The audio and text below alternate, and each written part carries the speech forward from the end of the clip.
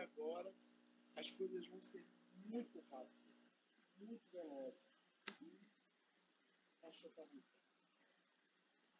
Eu creio nisso. Inclusive, eu creio que a própria pandemia foi um meio que o Eterno usou para fazer a gente passar para esse nível mais acelerado, né?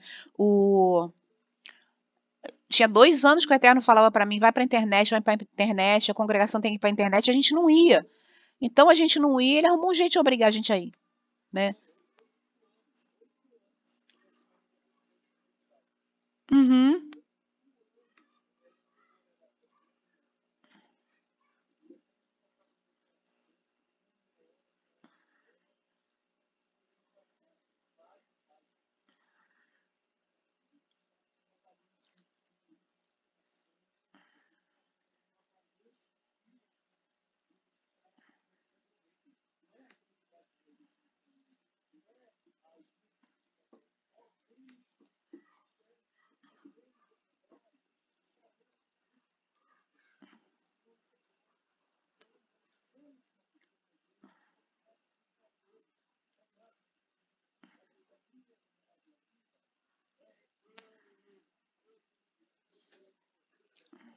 Exatamente, exatamente. E não mais em Jerusalém ou em Samaria, mas em espírito e em verdade. Eu creio que a profecia de Machia sendo cumprida, entendeu? Porque não tem lugar.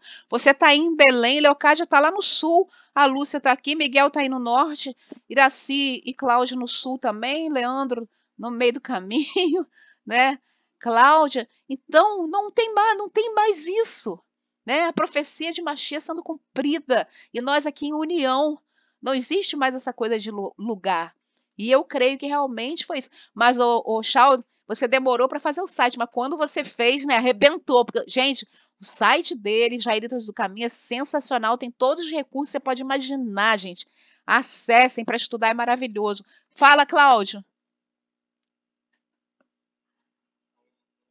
Shalom.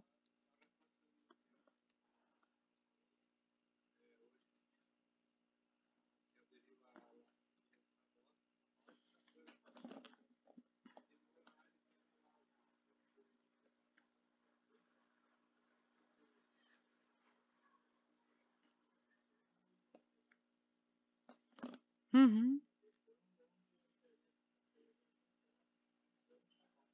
uhum. É maravilhoso isso, é maravilhoso. E então eu creio que tudo isso é algo orquestrado pelo Eterno, pensado pelo Eterno, para realmente, como Marcelo falou, apressar a vinda de Machia por misericórdia. E eu creio que realmente está muito perto e é maravilhoso, né? Uma vez eu vi uma anedota judaica que dizia o seguinte: o marido chegava para a mulher e falava assim: mulher, eu fui na sinagoga e o rabino falou que Machia está vindo, Machia está vindo, Machia está vindo. E a mulher chegou para o marido e falou assim: não se preocupa, não, marido, nós vencemos os romanos, nós sobrevivemos aos romanos, nós sobrevivemos a Hitler, nós vamos sobreviver a Machia também. Muitos de nós ainda temos essa visão, porque nós não temos noção e nós não paramos suficientemente para pensar no que representa a volta de Machia e o estabelecimento do reinado de Machia, gente. A gente não pensa o suficientemente sobre isso. E não pensando o suficientemente sobre isso, a gente não espera o suficientemente sobre isso. Olha só, o Eterno falando de esperar. O Eterno está trabalhando constantemente para aqueles que nele esperam. Ele está trabalhando para trazer o reino dele à terra. Ele não está passivo. Agora, a gente tem que fazer a nossa parte. E uma parte importante é essa: a gente meditar. A gente meditar como vai ser o Olam Rabá. Quais são as informações que a Bíblia nos traz? Quais são as informações que a tradição judaica nos traz? Porque existem sim. A tradição judaica tem uma parte ruim, mas tem uma parte boa também, né? Então, como vai ser isso? O Zohar fala muito, é interessante, sobre os palácios maravilhosos, sobre as mansões maravilhosas, sobre a natureza maravilhosa, sobre a árvore da vida, sobre que o Eterno vai enxugar dos nossos olhos toda lágrima, não vai ter sofrimento, não vai ter dor, vai ter natureza, vai ser como se fosse o Éden, que a gente possa, para alimentar nossa alma, para alimentar essa espera, essa expectativa positiva, que é o que traz a realidade, né?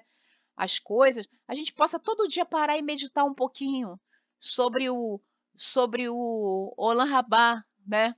Eu já falei com os meus filhos assim, ó, não sei como é que vai ser, eu sei que vai ser maravilhoso, mas se vocês quiserem encontrar comigo, procura lá a árvore da vida, eu vou estar lá de baixo. Lá de baixo, ali onde o rio passa lá perto da árvore da vida, encontra comigo lá.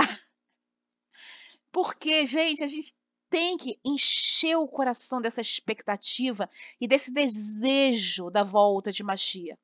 Muitas vezes a gente fica muito focado na nossa vida, no nosso dia a dia, né? Me lembro muito de uma pessoa falando comigo, falando assim: "Não, eu quero que Yeshua venha, mas deixa ele lá por enquanto. É tão bom assim ir pra praia, tomar sorvete, curtir as coisas, namorar, é muito bom". Isso quando eu era jovem, né? Uma colega falando isso. Gente, por melhor que seja a nossa vida, a gente tem que ter a consciência de que vai ser muito melhor quando ele vier, quando ele voltar, né? E o judaísmo, ele vê uma coisa, ele tem uma visão muito interessante que ele fala o seguinte: a volta de Mashiach é uma possibilidade real durante o decurso da vida de cada um. Então, para mim, a volta de Mashiach, ela tem que ser vista como algo real durante a minha vida e não nas gerações futuras. E muitas vezes a gente pensa assim: ah, tá bom, ele vai voltar, mas vai ser depois que eu morrer. Eu vou morrer. Não, você tem que pensar o seguinte: eu vou ver Mashiach voltar.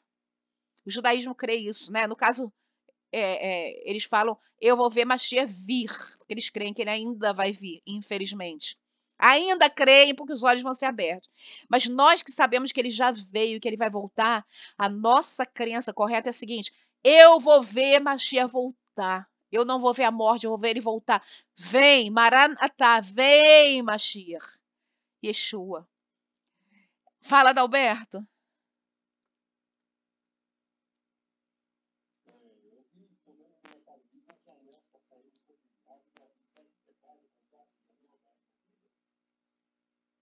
Eu acho que não. Eu acho que não. Mas eu acho que é algo assim totalmente supérfluo, entendeu? É uma coisa para você pensar em 12ª prioridade na sua vida. Então, o que que acontece? O que que é a árvore da vida? A árvore da vida é, se você pegar lá o livro do Tzadok, Judaísmo Nazareno, eu não estou com ele aqui. Lá no capítulo 9, e você pegar e olhar Kabbalah e Mashiach, lá ele explica um pouquinho o que que é a árvore da vida.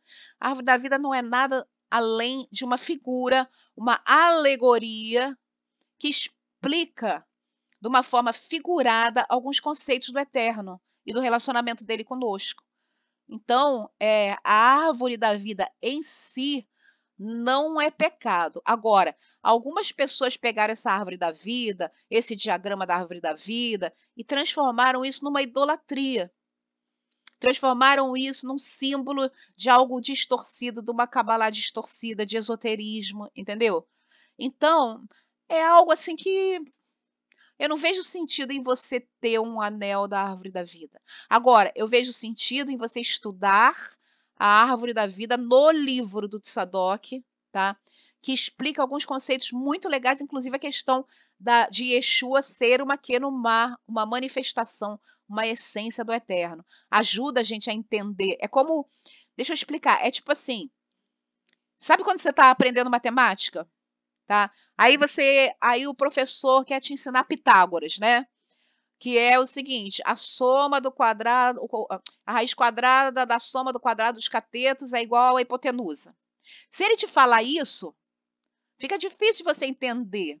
Só que se ele desenhar um triângulo retângulo e falar assim, ó, o quadrado desse lado mais o quadrado desse lado, a raiz quadrada dele vai dar a distância do outro lado.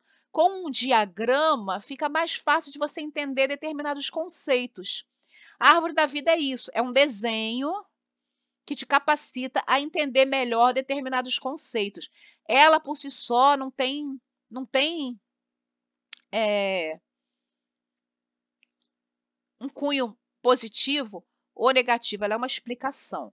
Agora, a outra árvore da vida, né, que não é a árvore da vida da Kabbalah, do misticismo judaico, é uma árvore que é mencionada lá em Apocalipse, né, e que é mencionada em Gênesis, e que tem o dom de tornar eterno aquele que dela se alimentar. Também é uma figura, entendeu? Sim, fala. Sim,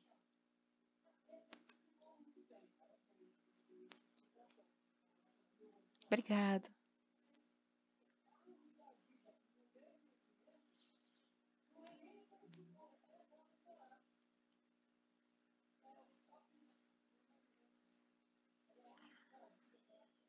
Exatamente. Até na liturgia judaica tem isso, né? A própria Torá,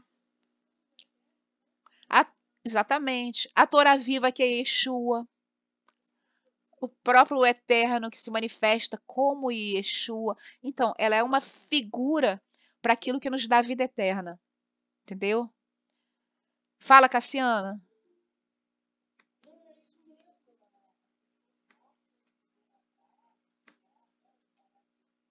Uhum.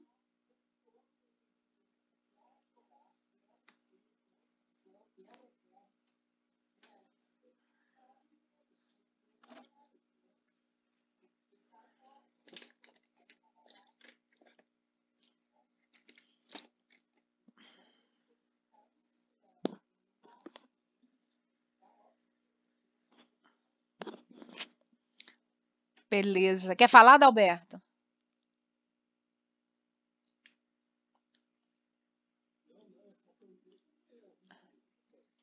Ah, aham.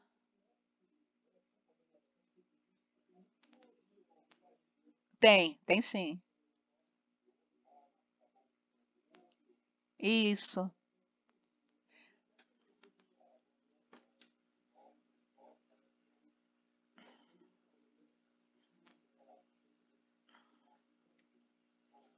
Anile Dodi Vedodi Li. Isso aí não tem problema nenhum. Isso é maravilhoso. Isso aí não tem problema nenhum. 25 anos, né? 25 anos esse ano, né?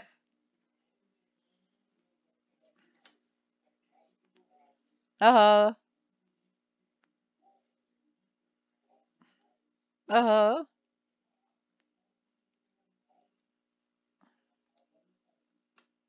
É linda.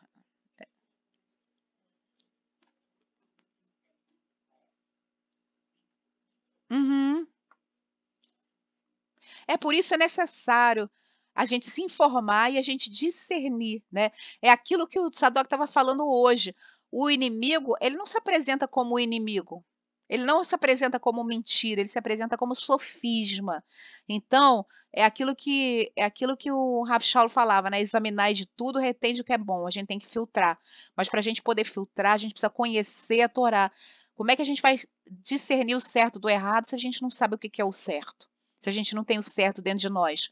Por isso, é o que eu sempre falo assim: estuda a Torá, estuda a Torá, estuda a Torá, estuda a Torá, estuda a Tanar, estuda a Brit Hadashah. Quando você tiver toda a palavra do Eterno interiorizada, quando você tiver conhecimento dela, aí você vai para outras coisas. Porque muitas pessoas começam a pesquisar só livros, escritores e tal, e não sabem a essência. E aí acabam se perdendo, se apaixonando por sofismas, por outras coisas e perdendo as coisas de centro. A gente tem que andar para o centro. Amor, verdade, justiça, machia. Esse é o nosso centro, né? Esse é o nosso centro.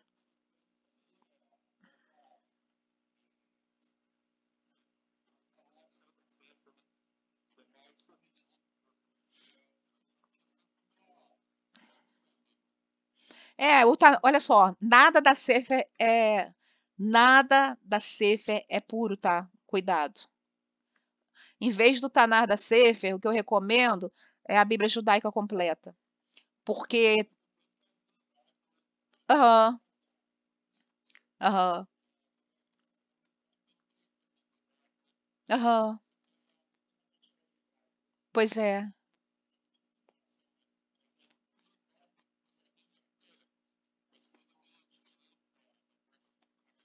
Não, ele distorce tudo. Ele distorce tudo.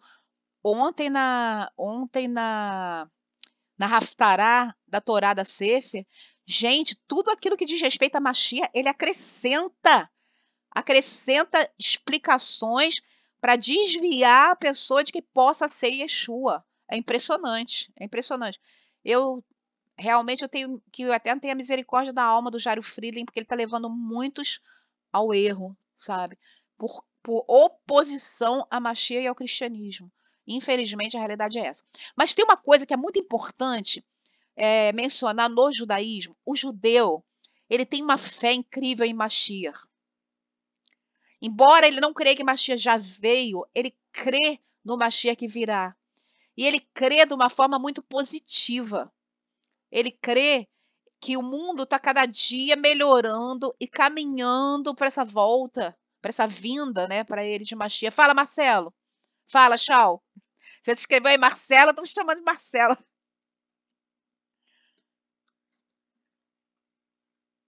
Abra o... Aham.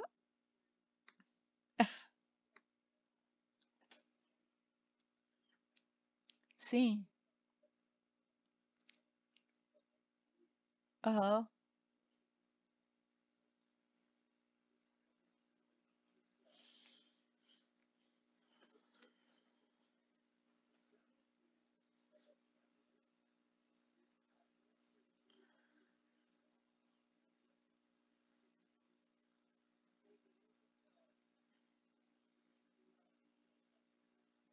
Uhum.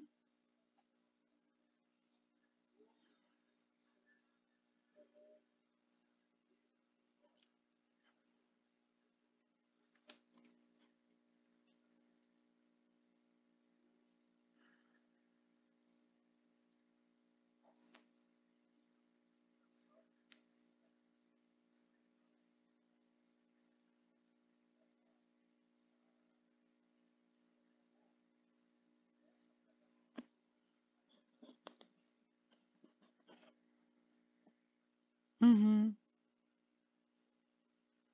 É verdade. É verdade. E o caminho é esse, porque.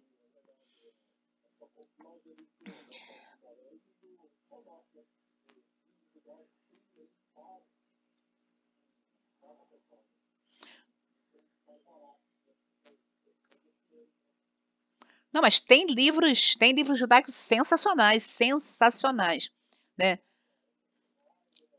Tem muitos, tem muitos.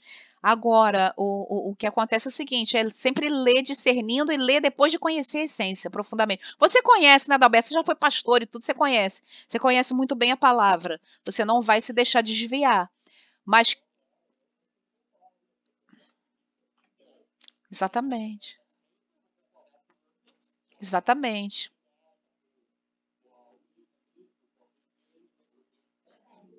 Nunca esquecer que o nosso filtro é a Torá, Tanar, Brit Hadashah. E tudo aquilo que dissoar disso, sinto muito, mas descarta e descarta mesmo. E aquele que começar a pregar, Brit Hadashah tá errado, tá todo errado, não sei o quê, como hoje foi colocado lá no grupo de mulheres, foi colocado um vídeo de um senhor, daqueles nomes malucos, né, falando que 70% do Brit Hadashah tá errado, não sei o quê, não sei o quê. Eu já coloquei lá. Não recomendo essa pessoa, porque a armadilha está aí, o inimigo ele ronda ao nosso derredor, voraz para tragar quem ele puder tragar. Nós estamos numa guerra, nós temos que ter essa certeza e estar alerta para não cairmos nas ciladas do inimigo. E existe essa cilada, esses 26 anos de judaísmo messiânico, eu vi muita gente se perder, gente. Tô voltando lá no começo do Guia Básico Techuvá. A gente tá interessante, a gente tá no final e tá que nem Torá, tá voltando lá no começo. Muita gente se perder por judeulatria. Muita gente se perder por querer imitar o que acham que é judaísmo, por falta de um referencial. Graças ao Eterno, ele me livrou disso porque ele me levou no referencial certo. Lá nos Estados Unidos foi onde eu conheci o judaísmo messiânico. o referencial do judeu que se converte a Yeshua e que se despe de toda capa supérflua, inútil, de religiosidade e que busca a essência. Aqui não, parece que é o contrário. O brasileiro que se converte ao judaísmo messiânico, muitas vezes por oposição à igreja evangélica, ele quer parecer judeu, ele quer viver as religiosidades, as tradições, então ele se perde completamente. Não é isso. Nós temos que ir para as coisas de centro. Nós temos que viver a espiritualidade, não a religiosidade. Essa é a grande realidade. A gente tem que estar consciente disso. A gente tá. É como se fosse uma. Imagina uma roda de bicicleta, tá? O eterno está lá no centro. E você está entre o centro e a periferia. Ou você se volta para a periferia para viver, idolatrar e curtir os costumes, usos, tradições, ou você se volta para o eterno. Não dá para você olhar para os dois lados. A gente tem que entender que o eterno é o centro. Todo o resto, ó, a vida se trata do relacionamento entre o eterno e nós. Todo o resto, inclusive as pessoas mais amadas, mais queridas, tudo que compõe tua vida, são meros instrumentos para construir e elaborar esse relacionamento. É o eterno e você e o eterno, o resto todo está de lado. Sinto muito, mas essa é a realidade. Ele é a única constante, a única permanência. Ele é o único tudo na nossa vida. E aí a gente abandona a fonte de água da vida e cava para nós as cisternas rotas da religiosidade e se perde. Eu vi pessoas assim, eram da igreja evangélica, cheias do poder, foram para o judaísmo messiânico. A Lúcia conhece, pessoas até aqui de Cabo Frio, entendeu? Aí começaram a seguir rabino de turbante ortodoxo, abandonaram Yeshua, casamento acabou, vida financeira acabou brincando carnaval vestido de diabo, ateu. Um líder de congregação, uma congregação inteira se perdeu aqui em São Pedro da Aldeia, por idolatria ao judaísmo, por focar na periferia e não no centro. Então, é aquilo que eu sempre falo, é andar na corda bamba, sabe? É andar na corda bamba, não pode ser judaísmo de mais nem de menos. Nós temos que entender o seguinte: vivemos nós a techuvá o judaísmo como ferramenta para nos aprofundarmos no eterno. Eu louvo a vida pelo Rocha Marcelo Miranda, porque em tantos anos, 26, 27, 28, quase 30 anos de prática de liderança judaico-messiânica, ele nunca se perdeu. Como os Marcos Abraão da vida, né? Sadoc estava falando dele hoje, quando falou que o cara era satanista, era ele, eu sei. Entendeu? Um cara que começou como um pastor de uma igreja abençoada, Pedras Vivas, na Barra da Tijuca, virou judeu messiânico. Os antimissionários vieram em cima dele, judeus, porque ele era grande, né? E aí ele começou a idolatrar o judaísmo tradicional, abandonou Yeshua junto. Esse mesmo, Marcos Abraão. Abandonou Yeshua, arrastou a congregação dele toda junto com ele. A gente teve um pessoal que era da congregação dele aqui, quase deu briga de cadeira. As coisas que eles falavam, meu pai. E acabou do jeito que está. Uma multidão abandonando Yeshua e no final abandonando a fé.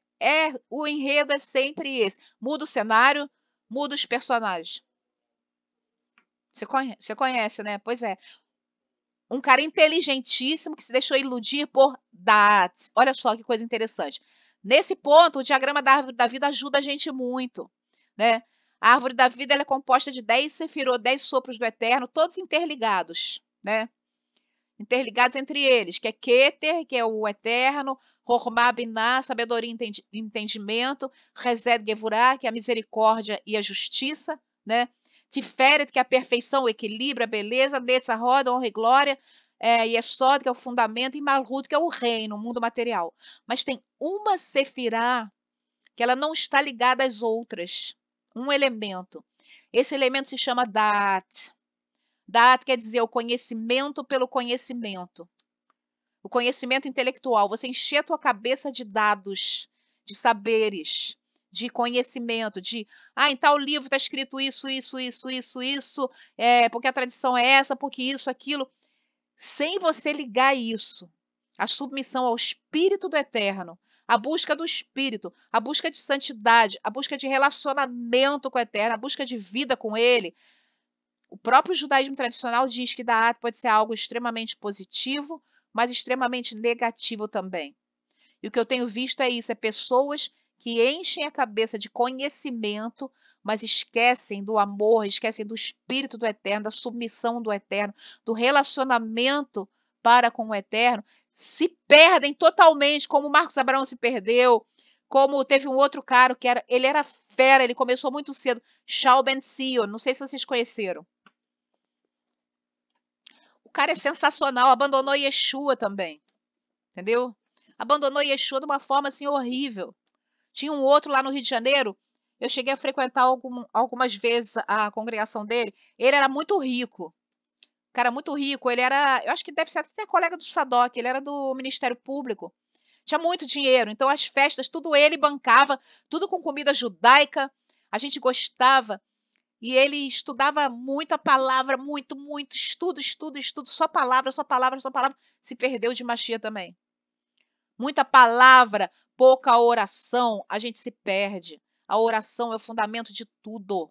A busca da Ruach HaKodesh é o fundamento de tudo. A busca de deixar o Eterno se relacionar conosco, viver em nós, é o fundamento de tudo. Se a gente entrar só nessa de estudar e não orar, acabou a nossa vida espiritual. A gente vira igual o Shaw aí, ó, acadêmico. Não, não é que Shaw tá virando isso não, é só o nome que eu tô falando. Fala, Lúcia.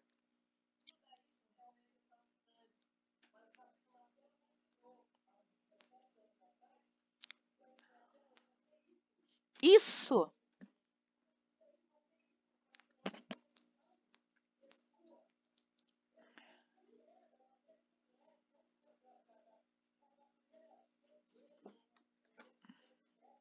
Oh, aleluia.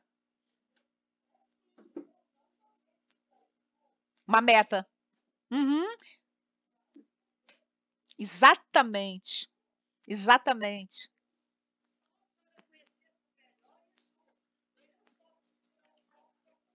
Exatamente.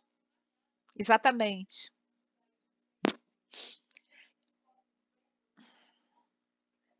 Exatamente. E provavelmente se você defende esse ponto de vista, você vai ser chamado de falso judeu. Ah, tu não é judeu, tu é cristão. Ah, messingélico.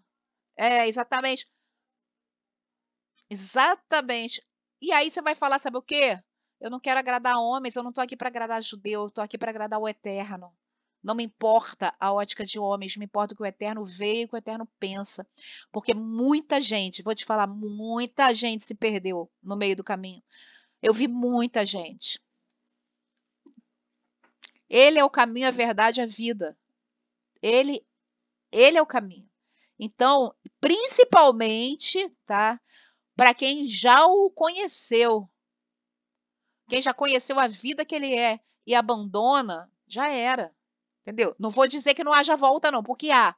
Eu vi um caso, tá? De um rapaz que frequentava aqui no começo, e aí ele começou a estudar ortodoxia e tal, deixou de acreditar em Yeshua. A vida dele foi por buraco, se separou, perdeu o emprego, ficou na miséria e tal. E aí, quando ele estava no fundo do poço, ele voltou a clamar por Yeshua. E aí o Eterno restaurou a vida dele, botou uma mulher na vida dele que era cristã. Ele voltou à essência dele, depois ele voltou ao judaísmo equilibrado com o Yeshua e ficou melhor ainda do que antes, porque se humilhou e largou a idolatria do judaísmo, porque ele viu que no judaísmo tradicional ele não encontrou nada. Mas vou falar uma coisa, são raros esses casos, ele teve muita sorte. Vamos lá. Sua alma como seu... Fala, pode falar, Miguel. Sim.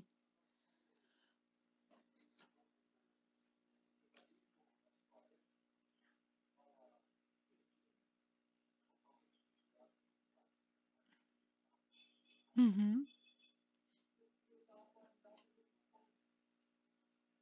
Verdade.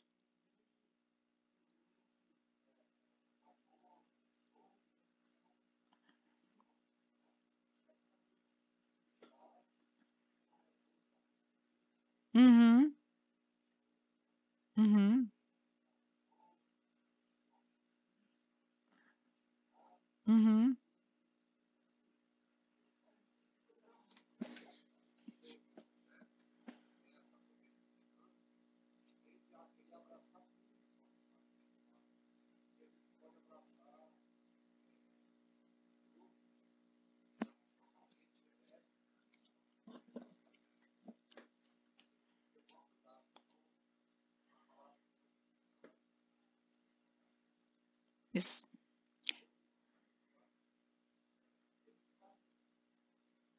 É verdade, é o que a Lúcia falou muito bem dito.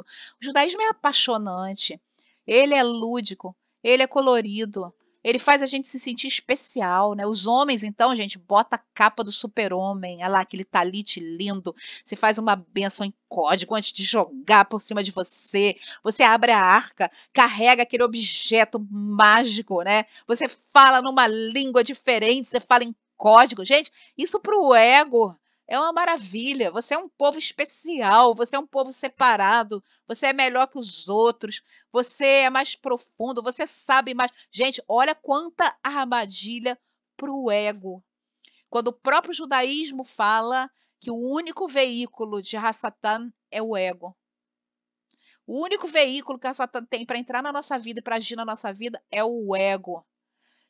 E aí, o próprio judaísmo, se nós não despertarmos, ele é um estimulador do ego, né? Qual é seu nome? Qual é o seu sobrenome? Qual é o seu pedigree?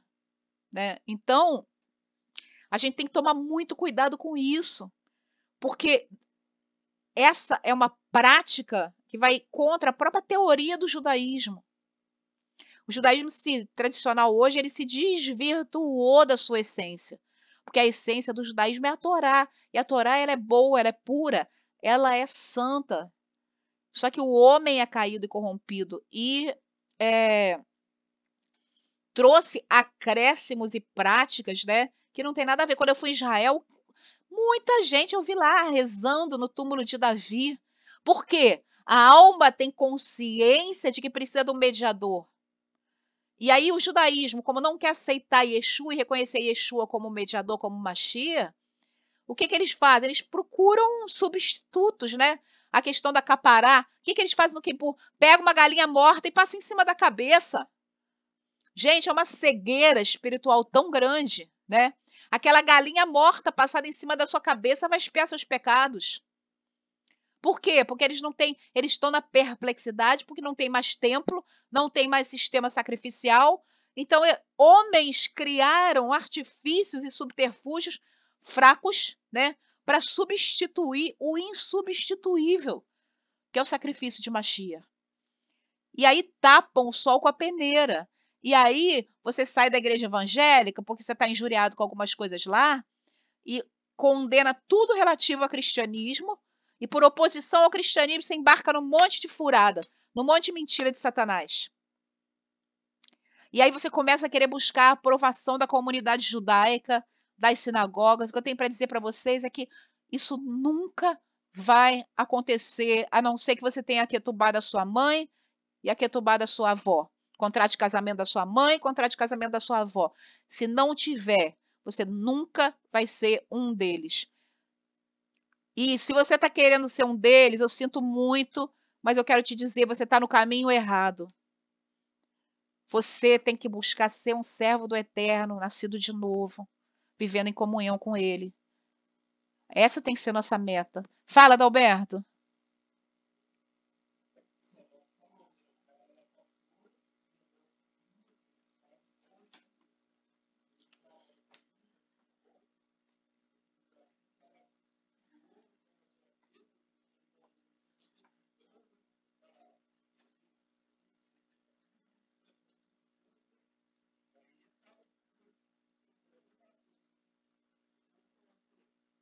É verdade.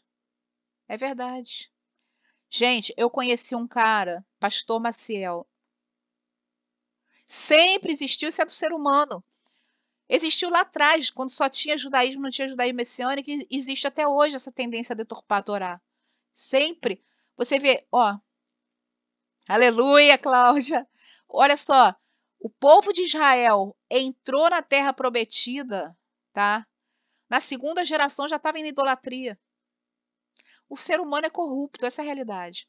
Eu vivi um caso, eu acompanhei um caso, quando eu morei nos Estados Unidos, eu conheci um pastor, ele trabalhava na construção com meu marido, e ele tinha uma igreja lá em North Miami, Assembleia de Deus, Pastor Maciel. E a igreja dele era num lugar muito rico, era num lugar onde moravam muitos judeus ortodoxos. North Miami tem, assim, direto, você vê aqueles caras de, o tempo todo, aqueles caras de roupa preta, né? Parece lá, bairro ortodoxo em Israel. E aí, Esse cara transformou a igreja dele numa congregação judaico-messiânica. E aí eu vim embora pro Brasil. Foi em 99. Quando foi em 2009, a última notícia que eu tive dele é que ele tinha mudado para judaísmo messiânico e estava com essa igreja lá, judaico-messiânico. 2009, o Eduardo Stein me ligou e falou assim: Cíntia, tem uma Torá Caché sendo vendida por um preço maravilhoso. Se a gente tivesse dinheiro, a gente comprava. Se você tiver dinheiro, vai lá e compra. É uma Torá que veio de Israel, passou por Nova York, foi para Miami e agora está no Brasil e o cara está querendo vender porque ele está quebrado, precisando de dinheiro. E aí eu fui lá em Copacabana. Quando eu cheguei lá, quem era que estava lá? Pastor Maciel, Rocha Maciel. Ele era um homem cheio do poder do Espírito Santo, cheio de entusiasmo, cheio de vida. O homem que eu vi lá foi um homem totalmente quebrado, desiludido, amargurado. E aí ele me contou a história dele. Ele falou que ele, depois que ele tinha a congregação judaico-messiânica, ele quis muito ser aceito pela comunidade judaica lá. Aí ele abandonou Yeshua, fechou a igreja. Na verdade, ele passou a igreja para outras pessoas, né, a congregação judaico-messiânica, e começou a conviver na comunidade judaica de Miami. Só que ele não foi aceito, ele ficou muito amargurado. E aí nessa altura ele já tinha uma agência de carro lá, ele vendeu a agência dele, ele veio para o Brasil com $1 milhão.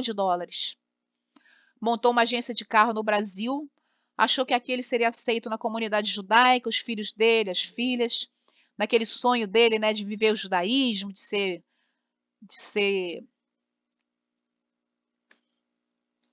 aceito, ser considerado.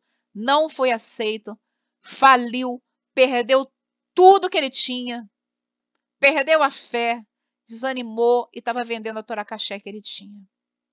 E não foi aceito na comunidade judaica. Depois eu não sei o que aconteceu com ele. Gente, eu tenho dezenas de histórias para contar. Esse é o enredo de quem idolatra judaísmo. Esse é o enredo de quem abandona Mashiach por causa de homens, por causa de uma ilusão religiosa. É muito importante isso, é muito sério. É muito sério isso, tá? Mas vamos voltar ao assunto aqui. Sua alma como seu guia. Segundo o judaísmo, a alma serve como uma bússola espiritual que orienta o corpo através da sua jornada, através do mundo material, tentando educá-lo para apreciar e perseguir a espiritualidade. Em última análise, a alma refina o físico até que o físico se torna um com a alma. A essa altura, o corpo se torna um veículo para a alma e, em última análise, a vontade de Deus. Uma pessoa nesse estado é chamada de tzadik, aquele que é totalmente justo. Ou seja, a finalidade é afinar corpo e alma. A gente sair daquela que a Rav fala, né? O que eu não quero fazer, eu faço. O que eu quero fazer, eu não faço.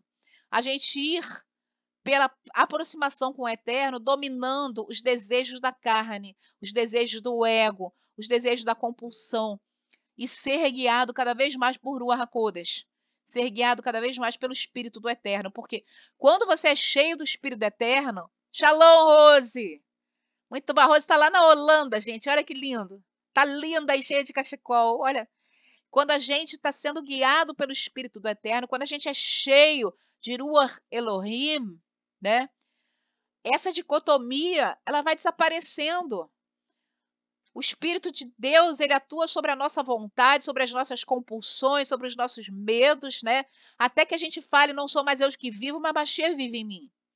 Segundo a Brit Hadashah e o Taná, é Ruach Elohim, que escreverá a Torá nos nossos corações e nas nossas mentes. Gente, é importante a gente lembrar, e o judaísmo fala isso também, que a santidade, ela não vem pelo nosso próprio esforço, ela não vem pela nossa autodisciplina, ela não vem pela nossa mortificação. A santidade, ela vem por nos enchermos do Espírito do Eterno, nos enchermos da presença do Eterno. A santidade, ela vem por osmose, não existe outra maneira da gente ser santo, a não ser passar tempo na presença do Eterno, buscando a sua face, orando e lendo a palavra. Não é por um esforço independente e próprio. Muitas vezes a gente se perde nisso, e muitas congregações, inclusive judaico-messiânicas, o que elas começam a fazer? Aquilo que os fariseus falaram. Lá no comecinho do livro de Sadoc está escrito assim: nós temos que tomar cuidado com os erros e sofisma do cristianismo, mas também com os erros e sofisma do judaísmo rabínico de hoje, que é a herança do judaísmo farisaico, exatamente aquele que Yeshua mais condenava. O que o judaísmo farisaico fazia? Colocava leis e mais leis e cercas em volta das cercas e mais cercas em volta das cercas, em volta das cercas, peso sobre as nossas costas, né? Mitzvot e mais mitzvot, de maneira que a gente não aguentava, as pessoas não aguentavam mais. Quando o próprio judaísmo diz o quê? Se apertar demais, escorre entre os dedos. Então, é muito importante a gente lembrar que é buscando o Ruach HaKodesh, é buscando a presença divina, a glória do Eterno, em adoração, em amor, em estudo, ouvindo a palavra, estudando a palavra, clamando pela presença dEle. Baruch Hashem, Edna, é isso mesmo. Fica com a gente. As brasas se ajuntando, elas se acendem, né? Então, é buscando a presença dele, é estando na presença dele, nas orações, nas vigílias, que a Torá vai ser escrita no nosso coração. E não pela força. Sim.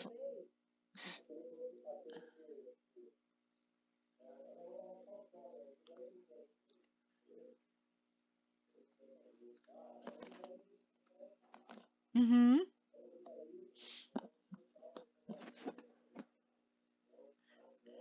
Uhum.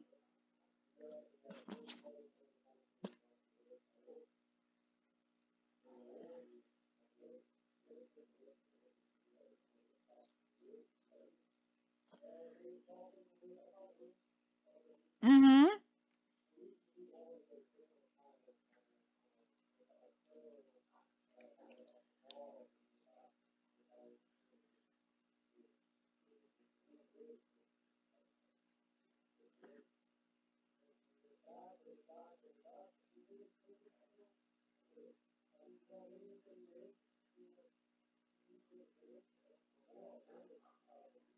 Uhum.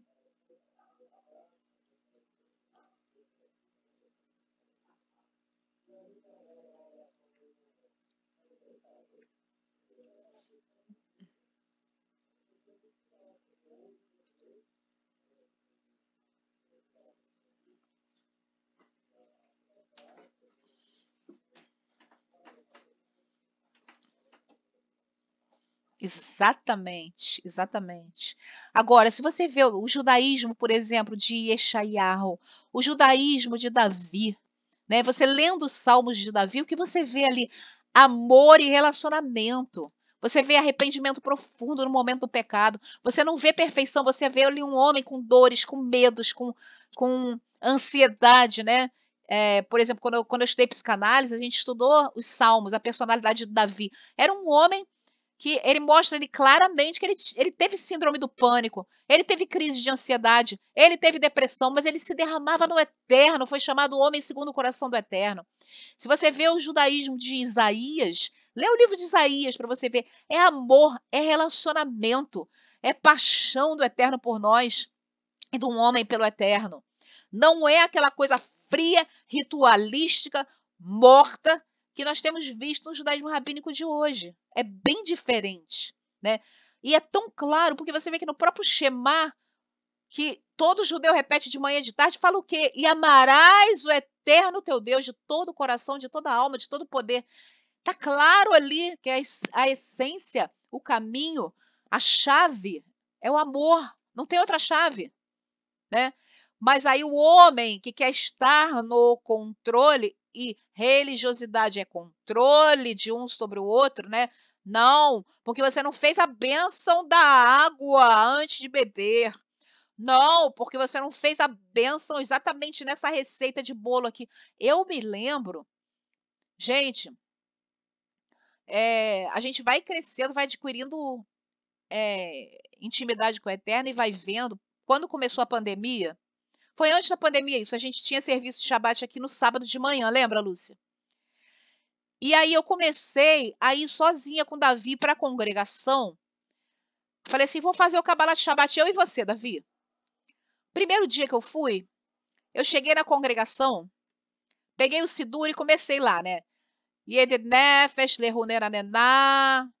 Quando eu ia cantar o Ana Berroa, o Eterno gritou dentro de mim e falou assim, para tudo. Eu falei, hã? Ele falou assim, não é isso que eu quero. Começa a me adorar livremente. Começa a me buscar. Começa a cantar o que você sentir no seu coração. Começa a cantar para mim. Começa a falar comigo. Começa a me adorar. E aí a gente começou ali em oração, adoração. Gente, o céu abriu. A glória do Eterno desceu de uma forma. Aquele que está no Espírito, ele tem liberdade. E se alguma religião está te oprimindo, está te colocando na caixinha, está te colocando em parâmetros humanos que não são do eterno, que não são seus, e você está sentindo peso nas tuas cordas, abre o olho, acorda e entra mais para dentro do eterno. Porque o jugo dele é suave, o fardo dele é leve. A gente não foi chamado a carregar jugos de homens nem fardos de homens. Agora, gente, o judaísmo é lindo, o judaísmo é profundo. Dentro do judaísmo, a gente encontra profundidades maiores do que na igreja evangélica. Ensinamentos mais profundos, mais ligados ao eterno do que na igreja evangélica. Exceto a questão de Mashiach, né? Então, a gente tem que saber pensar e saber discernir, tá? Vamos lá. Alimentando sua alma. Além de dar a cada um de nós uma porção de si mesmo, o Eterno nos deu a Torá. As leis e mitzvot da Torá alimentam a alma e possibilitam sua completa expressão. A Torá ensina a alma como conquistar e elevar a natureza animalesca do corpo e da materialidade no mundo. Quando chega a hora de partir, a alma retorna à sua fonte juntamente com a Torá que estudou, as mitzvot que cumpriu e as boas ações que realizou enquanto esteve nesse mundo. Olha só que coisa interessante. Quando a gente morre, o que vai com a gente? Olha só que coisa linda. A Torá que a gente estudou, as mitzvot que a gente cumpriu e as boas ações que realizou enquanto estava no mundo. Qual a diferença entre mitzvot e boas ações? Porque, na verdade, mitzvot quer dizer boas ações também, mas é o cumprimento dos mandamentos da Torá. As boas ações é quando a gente vai além daquilo que nos é ordenado. Quando a gente, por amor, a gente sai do nosso caminho para estender a mão como bom samaritano. Então é isso que a gente leva desse mundo como galardão. O nosso estudo das escrituras. Ai, Edna, você tinha que ter estado na última aula, sabia? Tá gravado, eu quero que você assista depois. O que eu quero te falar é o seguinte: ninguém tem componente suficiente, nem subterfúgio suficiente, nem fundamento suficiente para julgar se o outro recebeu a salvação ou não. Isso faz parte daquilo que pertence ao eterno. Eu creio que ele recebeu a salvação, porque eu vi. Você lembra disso? 4 meses antes dele morrer, eu vi Yeshua chegando perto dele. Você lembra, né? E aí Yeshua chegava perto dele, impunha as mãos sobre ele, ele deitado, e o corpo dele em luz subia, lembra? Eu te contei essa visão que eu tive. Então, eu creio que ele foi salvo. Sabe? Gente, o ladrão lá pendurado no madeiro foi salvo no último minuto da vida. A salvação do Eterno é muito mais generosa do que a gente pensa. A gente vai ter muita surpresa quando chegar lá. Porque ele é amor. Então, eu, Cíntia, pessoalmente, eu tenho convicção de que Alan foi salvo. Tá? Mas o que eu tô falando é em termos de galardão. Fala, Edna. Fala. Pode falar, Edna.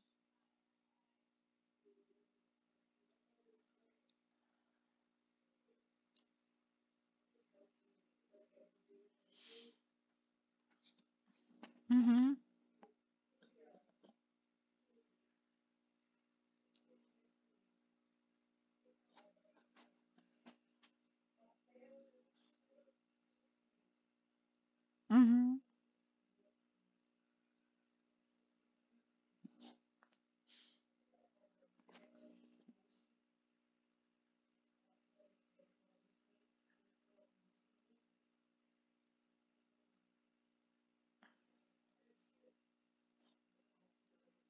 Uhum.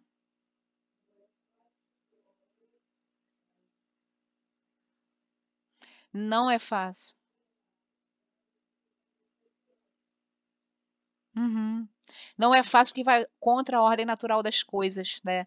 Não é normal uma mãe enterrar um filho, mas é, o Eterno, ele é o Consolador, o Hakodesh é o Consolador, e ele vai te consolar de forma sobrenatural. Eu vou te mandar o link da aula que eu dei há duas aulas atrás sobre a morte no judaísmo, funeral, etc., e os apoios que o judeu tem para superar o período de luto. Ah, eu vou passar para você também. Vou botar no grupo, né? Muita gente estava aqui e assistiu. E assim, é muito bom e ajuda demais. Entendeu?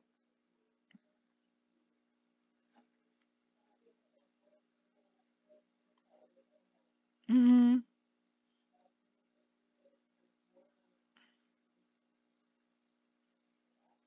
uhum,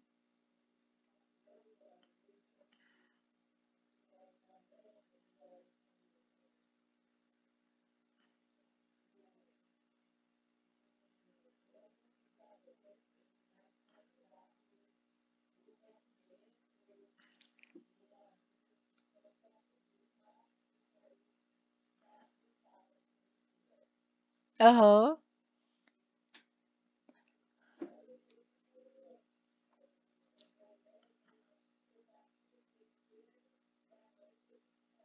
Rumina, né?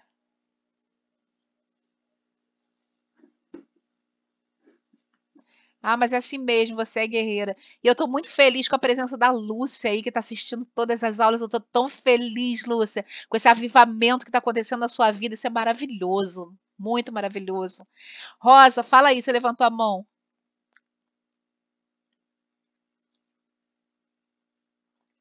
Rosa, abre o microfone. Isso. Shavuotov,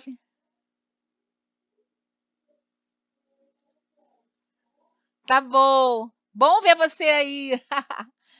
Fala, Rosi.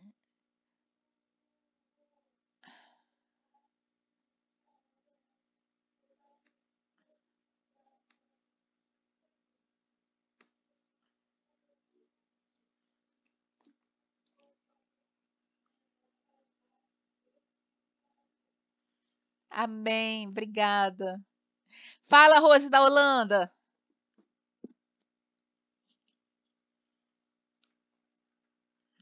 Abre o microfone aí. Rosilene? Ah, isso. Aham.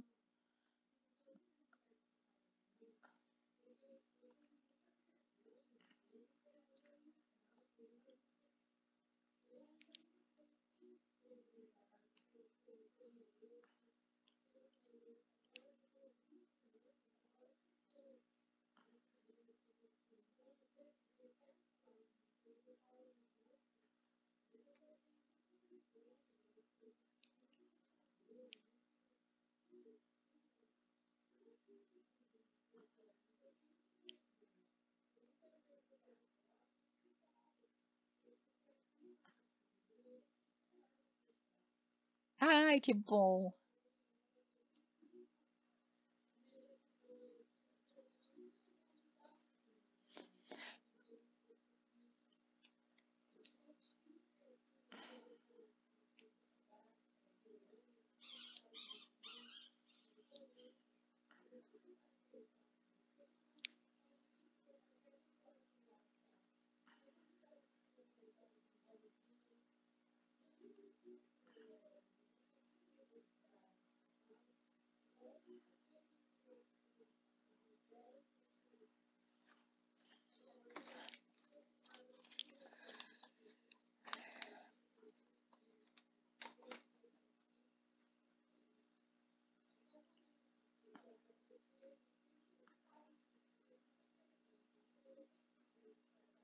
Com certeza. Rose, sabe quem você é? Você é uma guerreira, uma mestra em superação, uma serva do Eterno, e você está entre amigos que te amam. Não se preocupa com isso. tá? Você está em casa. Não se preocupa, tá? Isso é só perseverar. Eu te admiro muito. Você não tem ideia de como eu te admiro. Vamos lá, então. Não precisa agradecer, essa é a realidade.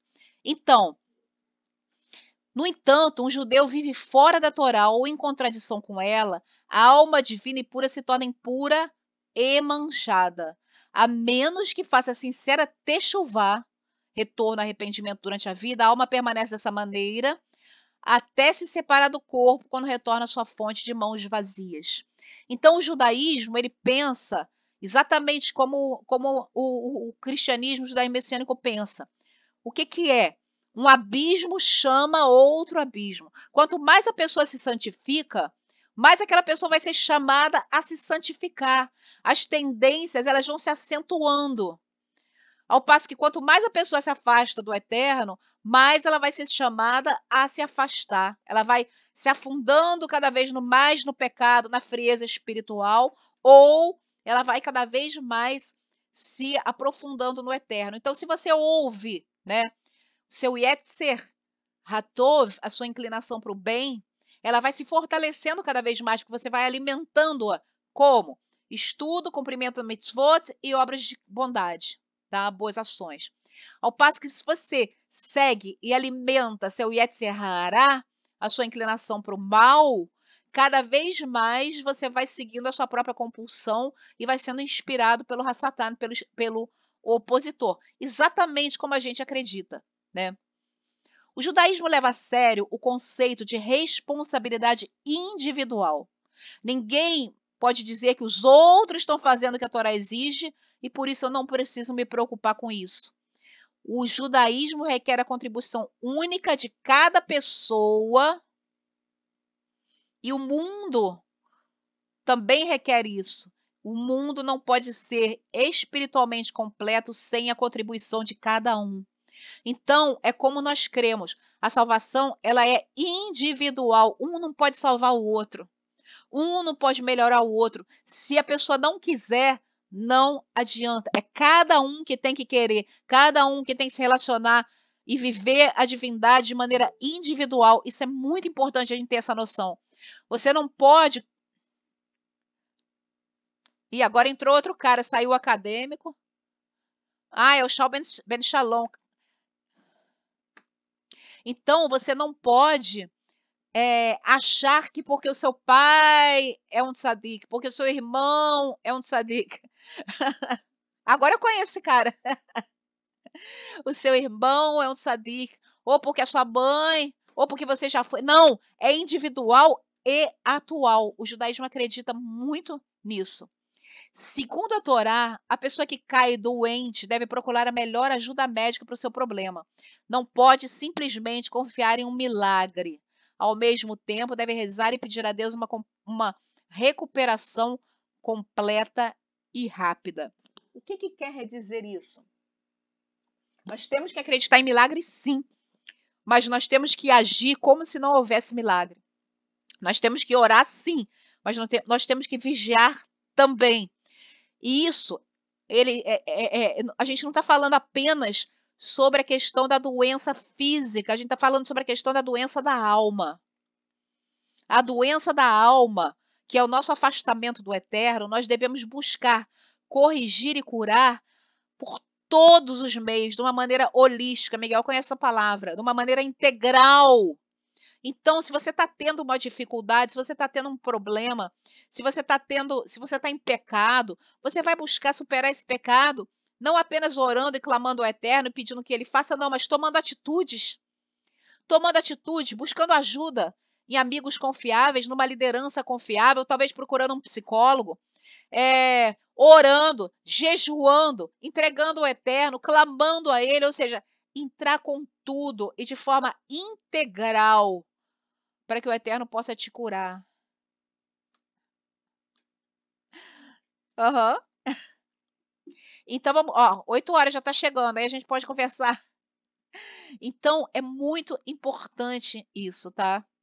Uma forma de descobrir a missão e o propósito da sua alma é procurar dentro de si as difíceis barreiras espirituais, as mitzvot difíceis demais ou além da sua capacidade ou nível.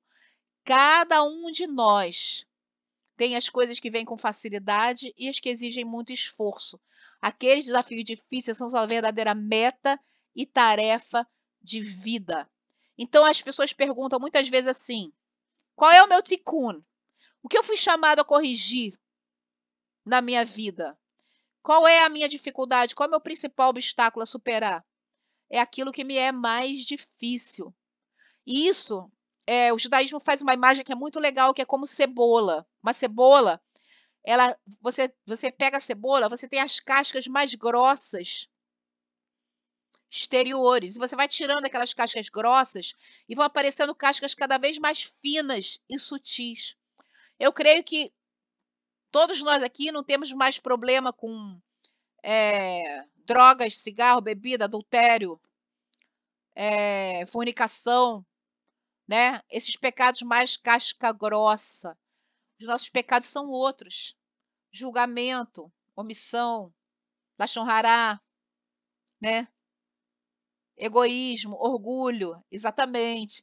São bem mais sutis, não são aqueles aparentes, não é o cara metendo um cigarro na boca ou enchendo a cara de cachaça, né? Então as coisas vão se tornando cada dia mais sutis. Exatamente, motivações do ego, exatamente, muito perfeito. E são coisas sutis, porque o ego ele é enganoso. O Eterno nos chama a nos tornarmos detetives de levante de ego. Saber discernir. Sabe aquele joguinho de criança que tinha? Que tinha um monte de cabecinha assim? Aí você ligava na pilha, aí levantava a cabecinha, você tinha que dar um tapa na cabeça que tinha se levantado?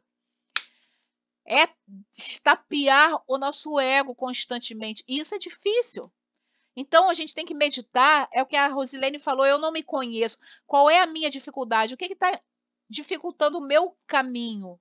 Quais são meus pontos críticos? E colocar isso diante do Eterno, entrar com tudo. Com tudo. As mitzvot desafiadoras são um tipo de indicador. Extrair uma profunda satisfação e prazer de uma mitzvah específica pode indicar que essa também é pertinente à missão da sua alma. O que é isso, gente? Eu tenho o maior prazer em ensinar, eu amo ensinar. O que eu mais gosto de fazer na minha vida é ensinar. Desde jovem, sabe?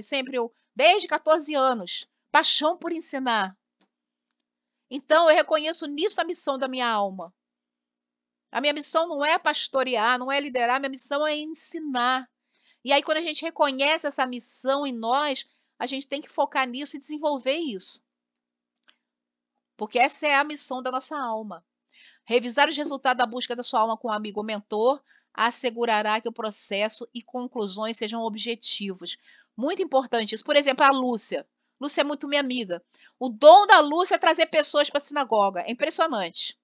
Teve uma época aqui que a metade das pessoas que estavam na sinagoga tinham sido trazidas pela Lúcia. O dom da Lúcia não é ensinar.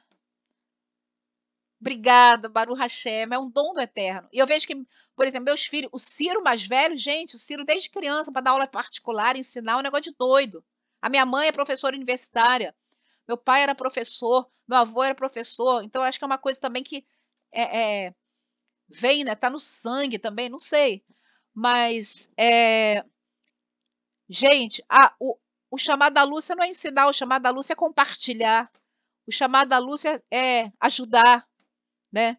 Então, cada um tem o seu chamado. Eu sou apaixonada por cuidar, tratar e ensinar. Então, que a gente possa reconhecer em nós para potencializar a missão do Eterno na nossa vida e levar, quando a gente for, mais galardão, mais fruto, mais almas, né? E pensar alto. Eu falei com o Eterno, há muitos anos eu falei, Eterno, 24 mil almas eu quero, 24 mil almas ganhas para ti. Isso é o meu pedido. E aí depois eu fui aprender uma coisa. Nunca uma pessoa só é responsável por uma alma. O Eterno sempre coloca várias para que ninguém se glorie. Então, a minha salvação, meu conhecimento do Eterno, foram várias pessoas. É uma colcha de retalho formada por várias pessoas, né? Vamos lá.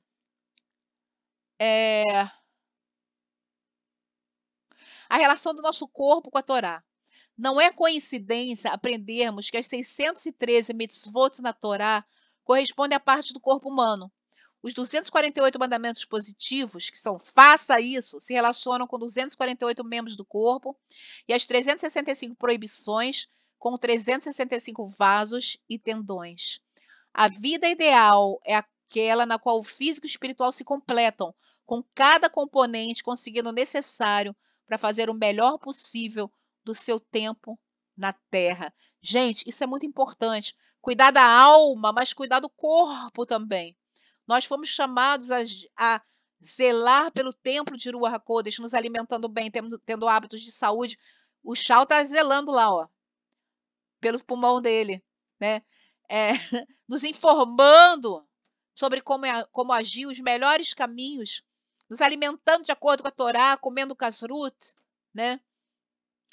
Enfim, são muitas formas, mantendo serenidade, né? Isso também faz parte do alimentar a nossa alma, porque o nosso corpo é abrigo da alma. Se o nosso corpo estiver mal, a alma não fica legal. É muito difícil você buscar, você se elevar, você sentir a presença do Eterno quando você está cheio de dor, né? Quando você está passando mal. Então, essa é uma parte importante também. O que nós, messiânicos nazarenos, cremos? Nós cremos que pelo sacrifício expiatório de Yeshua HaMashiach fomos justificados, tornados justos, tzadikim, e pela fé temos acesso ao Olam Rabá, o Gan Eden. Temos, no entanto, se verdadeiramente conhecermos a grandeza da expiação feita por nós, o impulso e a vontade e a obrigação de fazermos o melhor pelo reino do Eterno, buscando em primeiro lugar por amor e gratidão, e não para conquistarmos o Olam Rabá. Tudo já foi consumado, como o próprio Mashiach disse no momento de expiar. Reconhecer tal sacrifício e tal amor, ter consciência de que o próprio Eterno, por meio de Yeshua, proveu expiação e que somos justificados diante dele, é o combustível para a nossa devekut, o nosso apego, o nosso amor ao Eterno, que vai nos capacitar, então, a sermos cheios da Ruach HaKodesh e a santidade. Buscar cumprir com toda a Torá é o nosso dever, mas ao sabermos ser impossível para o ser humano viver totalmente sem pecado e necessitarmos da capará, a cobertura, a expiação de Mashiach, que reconheçamos e lancemos mão de tão grande amor e tão universal expiação, sabendo que por ele seremos admitidos no Olam Rabá. Por hoje, gente, vamos parar por aqui e vamos conversar. Leandro está querendo conversar.